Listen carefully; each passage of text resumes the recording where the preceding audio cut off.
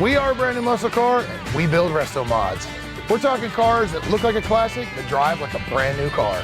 Mustangs are our specialty, and we're setting out to build the ultimate 67 Fastback.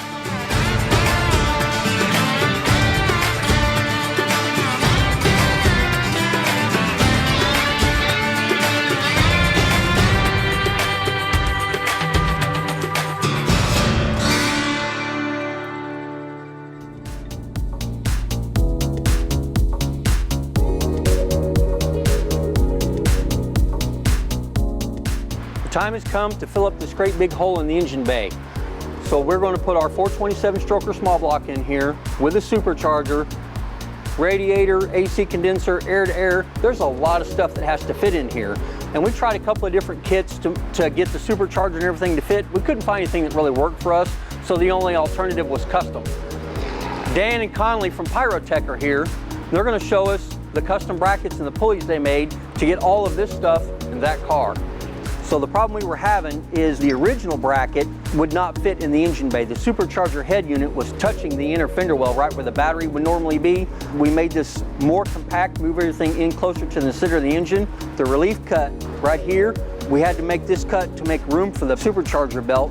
And this particular pulley here in the original kit, these were two separate pieces.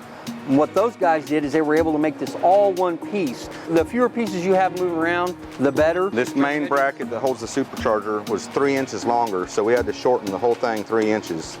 Along with that, we had to make new brackets for here. Do the pulleys first. The inboard section of the pulley runs the belt for the accessory drive, meaning it runs off the crank, power steering pump, alternator, and AC compressor. The outer ring of that pulley is what will run the supercharger belt.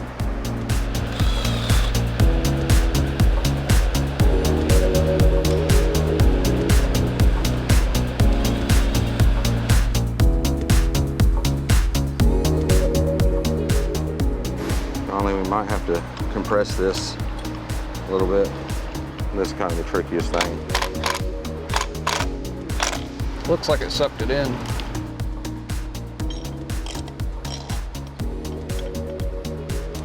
There's going to be our 10 millimeter and the 6 millimeter Conley. So this engine has all the nice stuff on it. It has a Sandon style AC compressor. We have a high amp alternator. We have a GM Type 2 power steering pump. Once they get this installed, we'll put the inner belt on, which is a 6-rib belt. We'll get that on. That will run all of these accessories. After that's put on, then we'll put the outer belt, which is a 10-rib belt, and that's what will turn the supercharger. The inboard belt is now installed. It runs around the crank pulley, around the AC compressor, up over the idler, around the alternator, around the power steering pump, around the water pump to make a complete assembly. The important part of this is belt wrap. You have to have a certain amount of this belt going around each pulley or it will just spin in place and won't move the accessory. It's time to install the supercharger bracket.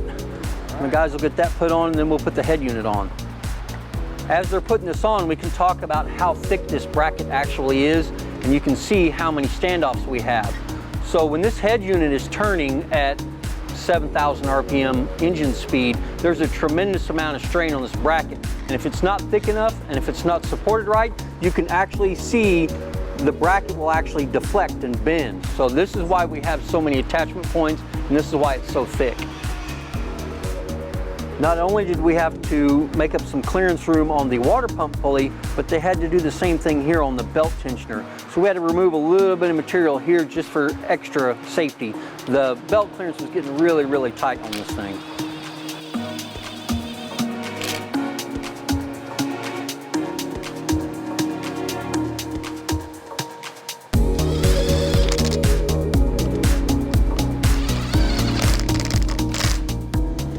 This is the last pulley to go on. This is the supercharger pulley. It fits on the head unit there, and it's indexed with a keyway. This keeps the pulley from actually slipping around the shaft. Slides on just like that. Bolt goes in the middle, torque to spec. Finally, we're putting on the supercharger belt. As you can see, it goes in the outboard side, but also notice it's much thicker than the inner belt The reason why is it takes a lot of grip tension to turn the supercharger head unit. That's why it has to be wide, and we have to have plenty of belt wrap. You can see how far around this pulley the belt goes. It has a mechanical idler and a tensioner and a spring tensioner to hold that belt in position to make sure that this doesn't slip under high RPMs. All right, the accessory drive and supercharger are on the engine. It's complete. Now it's time to put 10 pounds of dynamite in a 5-pound sack. Richard wanted a bolt bin for years. Good morning, Richard. Bolt bin. Brand new muscle car Mustang RestoMod, presented by Classic Industries and brought to you by American Muscle, the aftermarket muscle car experts. Old Air Products, cooling the classics. And by The Spray Source, the #1 source for professional and DIY paint products delivered right to your door.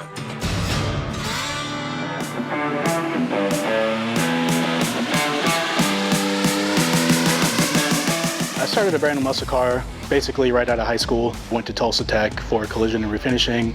I found Dustin through a mutual friend, shadowed with him after high school, got back in contact with him, ended up starting a couple weeks after that. My responsibilities include making sure that everything's prepped correctly, all the edges have been sanded, scuffed properly before we move it into the paint booth, so there's no possible source of contamination that's on the vehicle, whether it's wax and grease, oils from hands from pushing the vehicle in. Make sure everything's ready and we're doing the least amount of prep work in the booth, that we just get it in, wrap it, paint it, and go from there. I like working with cars just because it's always going to be something different. Different car, different make, model. One of the vehicles that we have up in the paint shop is this 1954 Ford F100. Customer brought it to us complete and wants to do a complete full restoration. Currently we are prepping it for a final primer. Dave's been working on it, getting it masked, getting it ready to prime, and filling pinholes, the last remaining pinholes on the doors, and we're hopefully getting ready to prime it today. I love trucks from this era. They look different than the trucks that we have now. This one particularly, the color that it's going, dark red, it's gonna look really good all put together. I'd really like working with Dave. He's been with us for about 5 years now, maybe going on 6. He preps cars for us, primes, masks, buffs, polishes. Me and Dave get along really well, talk about music all the time. I really like enjoying working with him. It's really good having Dave up here, since there's only 3 of us. It's really good to have him. We're like family, we all help each other out, and anything that we need, whether it's here at work or I'll help Junior sometimes whenever he needs help moving something or anything. We're all here for each other because we're all here helping each other out. There's stuff that I'll teach them or they'll teach me. Because I'm still learning things every day. There's always something new to learn.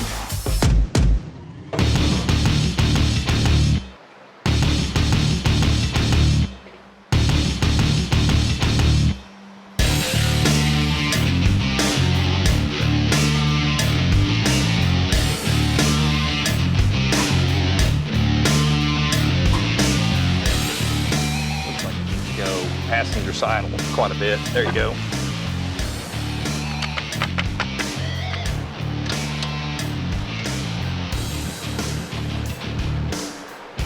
There we go. You get it? Yeah, it's within an 1/8. You ready? Yeah. Those top 2 bolts.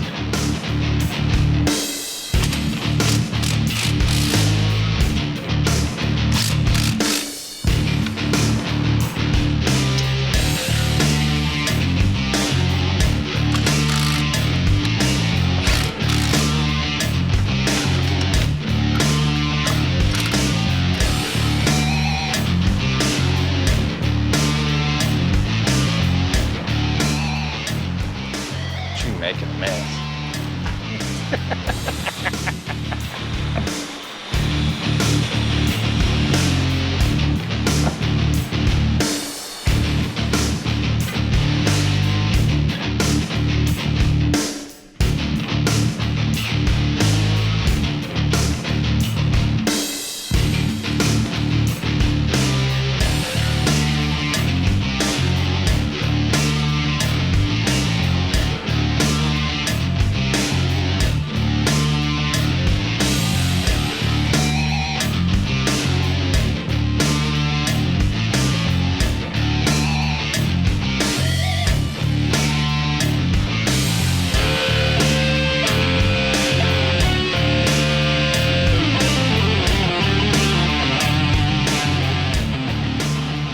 Hey guys, what's the update? Looks like it's all together. Yeah, we got it together. We've already checked for fuel leaks, and we got all the hoses and plumbing and wiring's all done. I mean, I think we're about ready to fire it up. Yeah, if there's nothing holding us up, give it a whirl, see if we can make some noise. All right.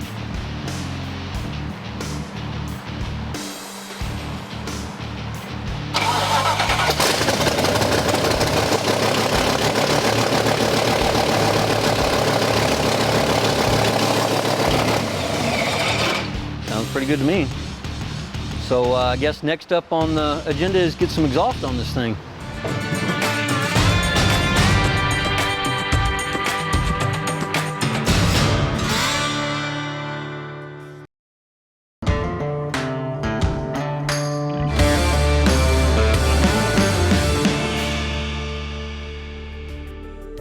So this is an 87 model with 85, 86 trim. Car's name's Dale, named after my best friend's dad from high school. Was diagnosed with stage 4 cancer midway through the build. I decided to dedicate the car to him. I actually purchased the engine from the gentleman. So it was actually a whole. No fenders, no wiring, no brake lines, no fuel lines, no interior, no dash, none of that stuff was in the car. So I had an 86 GT back when I was younger in my 20s. The GT part drove me crazy because it was a hatch and I always wanted a coupe. My vision was my 86 GT with the things that I wanted. So I purchased the car in 2019 and Lord, where do I start? Shaved engine bay. So it's got a shaved engine bay, fully welded panels, and it's orange. Well, orange happens to be my favorite color. Ever since I can remember as a kid, you know, and that's Tangier Orange from Chevrolet. They've used it since the 60s. The seats are actually S550 seats from a 2017 Mustang. I have the 87 up dash in this car. My favorite part is the interior. So we've got a plaid insert. I had it imported from Germany. And then we've got distressed tan leather bolsters on the outside of the seat. You have to be comfortable in the car. You hear Mustang, it's American, you know? It's just iconic. The feel, the community. The big thing that I've noticed is it doesn't matter like if you're into trucks or if you're into cars, the car community's, you know, bonded. But then you get into just Mustangs, it's like a bond, you know what I'm saying? So community, family, so that's what I can say on that.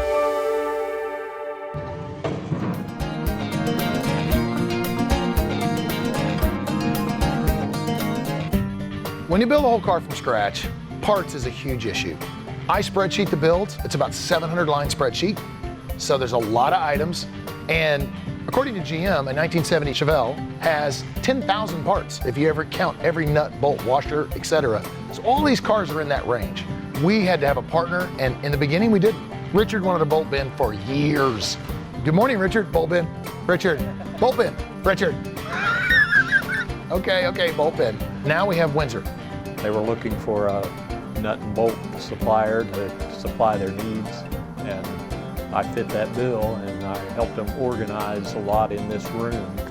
They brought in a whole wall full of drawers, slide-out drawers, and every compartment holds a specific bolt, washer, lock washer, nut, whatever it might be. They have their own part number. We always have them in stock because one of the biggest things that slow you down when you're putting a car together is when you have to run to the bolt store 10 times a day to get hardware. Now we have all of that under our own roof. All you gotta do is go back there, grab the grade, the size, and the associated hardware, bring it out and put it on the car. Individual franchises build the customer relations. Windsor provides the products, so it's kind of a win-win situation. Windsor has a tag on every compartment that has a barcode. And when the technicians pull 5 bolts to go put an alternator on or whatever it might be, they have a laser gun, just like what you would see at the hardware store or the supermarket, and you use that ray gun and you scan the barcode. That automatically goes into the system and gets charged to the customer's bill. They've been around since 1978. They started out as International Metric Supply, selling nuts and bolts to the import car industry.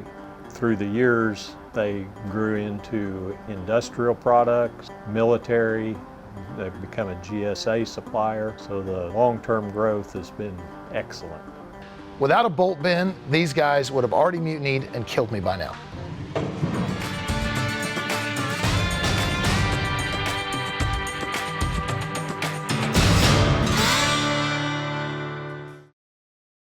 brand new muscle car Mustang RestoMod, presented by Classic Industries. And brought to you by Dirty Deeds Industries, performance without drone. Quick latch, no tools required to operate. And by Summit Racing Equipment. Build it with Summit Racing Equipment, the world's speed shop. I'm Matt Anderson, Curator of Transportation here at the Henry Ford. The first generation Mustangs just remain so beloved by collectors and so popular on the market. And I think part of the reason is just fantastic, timeless design. As we've said, it was unlike anything else that was introduced at that point. Also, the word iconic gets overused, but I think it does apply to the first Mustangs, the 1965 model year in particular. We think of the 1960s, and that maybe more than any other car in that decade represents the kind of change that was taking place there, the radical transformation in American life and the rise of youth culture at that time. So that, I think, is a big part of the Mustang's appeal, even today, 60 years later. But the Mustang changes are kind of slow at first. The 66 is virtually identical to the 65. 67 is where you see the first kind of major refresh, and Mustang starts to get a little bit bigger. The dimensions grow in every proportion, and I think a lot of that had to do, of course, not just with refreshing the car and kind of course, trying to bring in new customers, but also with making that engine bay a little bit larger so they could accommodate some of the bigger block engines, so the 390 V8, the 427, the 428, and this is, I think, in part a response to the rise of the muscle car, which interestingly starts at the same time, 1964, with the GTO option on the Pontiac. But the muscle cars start to spread certainly by 1967, and Ford didn't have a muscle car per se. They certainly had, mid-sized intermediate cars that you could put a big engine in, but Mustang kind of becomes a muscle car until by 1969, I think there are 6 different performance variants of the Mustang alone that you can buy, everything from the GT up to the Cobra Jet, to say nothing of the Shelby GT350, the GT500. So that was a big part of Mustang's evolution, kind of getting involved in the muscle car event.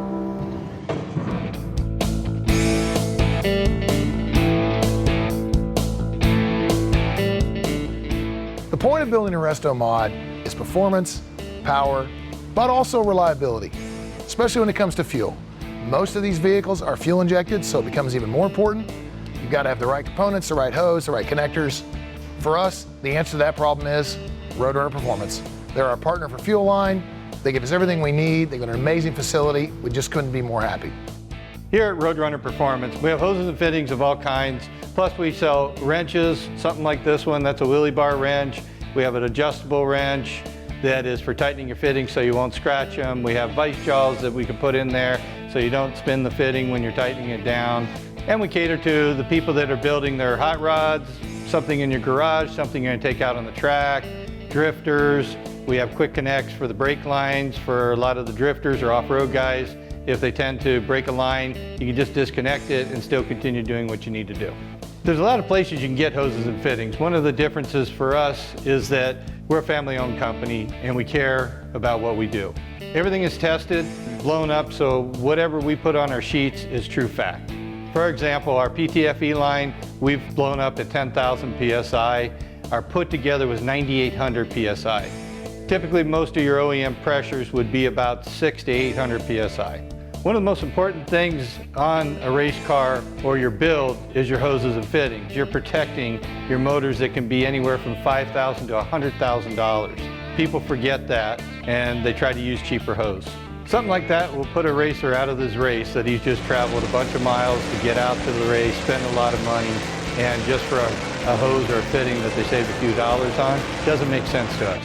We had one of our racers that crashed into a wall, fuel tank blew completely apart, and yet our fittings and hose were still there. That's some of the cheapest insurance that you can have.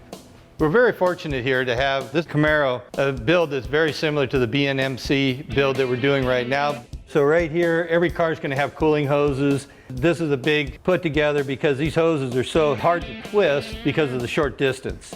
You have an oil catch can in the back, which is coming off of valve covers, so you have a lot of line and angles to make that happen. You have your fuel lines up in the front. That's going to come from a regulator. One of the common things with having a fuel system is you're going to have fuel coming from the back to the front and then from the front to the back. So it's a lot of fuel line laid out there. When we get to the power steering is going to be a little different. It's high pressure, so your 2 high pressure lines have to be a PTFE line. And the reason why is the pressure. Your regular lightweight hose will not work for that. You have to use the PTFE line.